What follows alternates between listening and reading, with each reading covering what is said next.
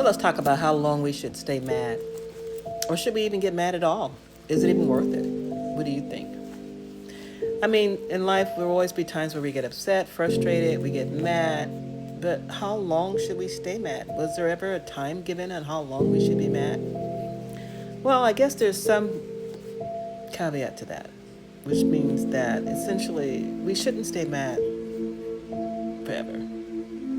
Or we shouldn't hold grudges forever. And there are some people who hold grudges forever, like literally.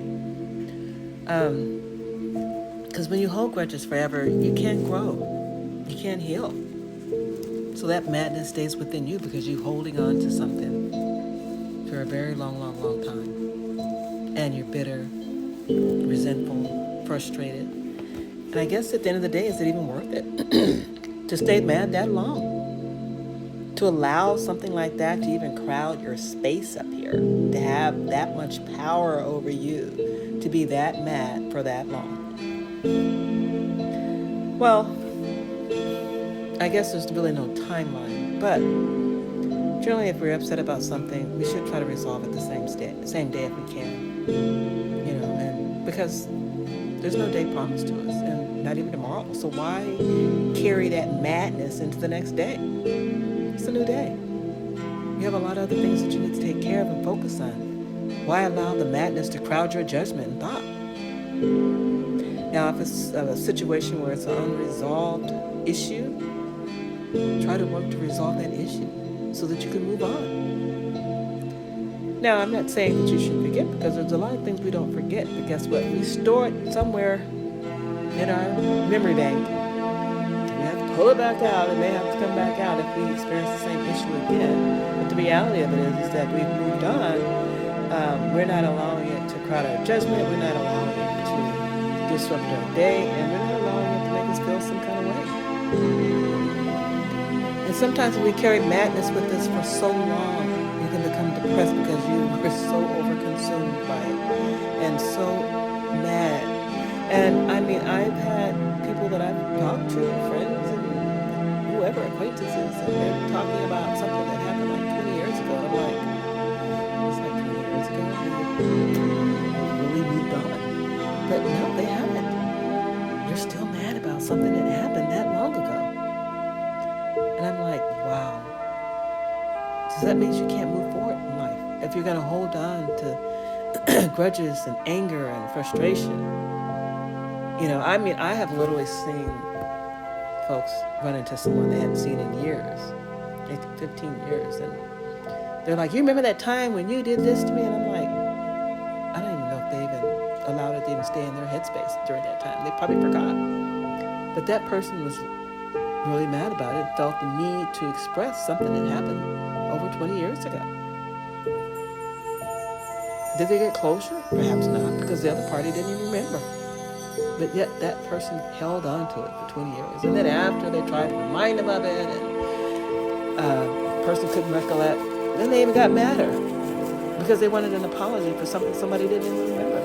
So that person apologized, but then they didn't feel it was authentic because they didn't remember, so they just gave them an apology. So in their minds, at this point, they just apologized because. When is it time to let go? When is it time to move on? When is it time to heal? It's hard to heal if you can't let go of things, and if you harbor madness and anger with you forever. You're just a miserable person. And everything with you and around you makes you miserable, or you make them miserable, make people miserable by talking about things in the past. It is so over.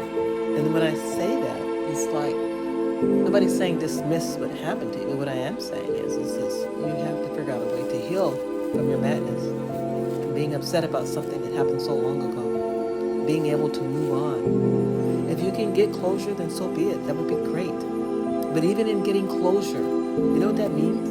It means move on. You got closure, time to heal. Nobody says you had to forget. Put it back there in your little memory bank so that you can live and retain good information, other things that bring you joy and happiness outside of being angry all the time. It's just, everything makes a person mad. And you can't just get mad over every little thing. It causes stress, can't sleep, you're overthinking, thinking too much, and then the madness turns into something else.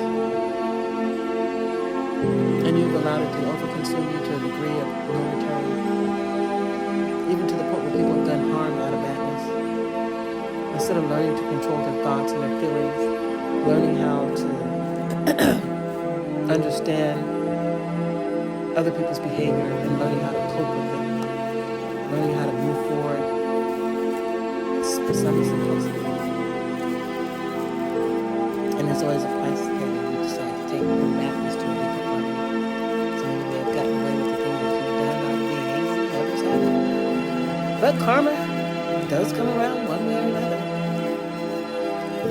So I guess the next time somebody makes you mad, think about how important it is for you to be happy and not be mad all the time. Think about how long should I harbor this anger and why? What benefit is it to me to keep being mad for so long? Is it disrupting my life? Is it interfering with the things that I want to do? Is it interfering with my thoughts? I'm sure it is, because you're mad about something.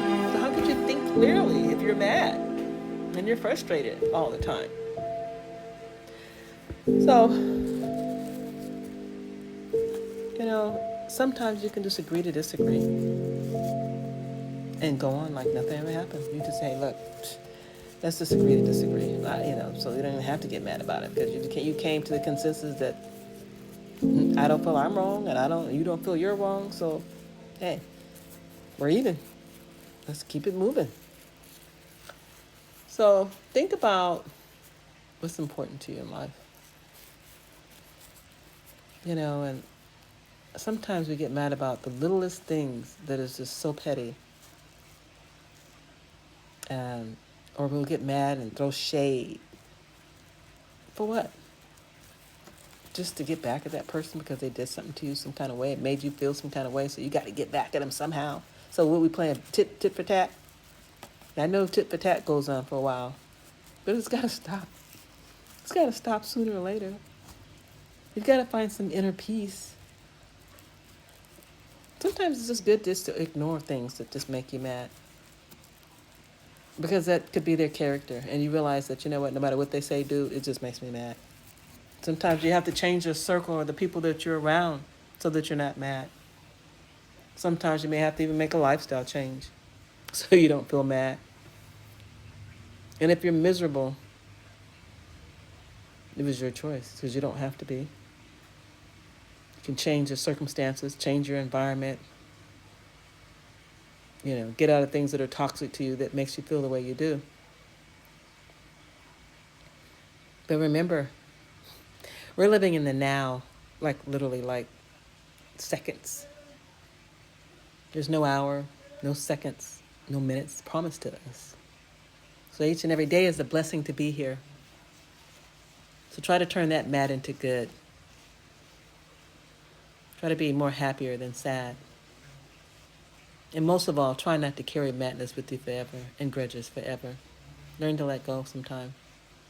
Allow other space to fill that brain of yours up with positivity instead of anger and frustration and madness. Try to be true to yourself and find peace within yourself. I'm Dr. Taylor. Have a blessed day.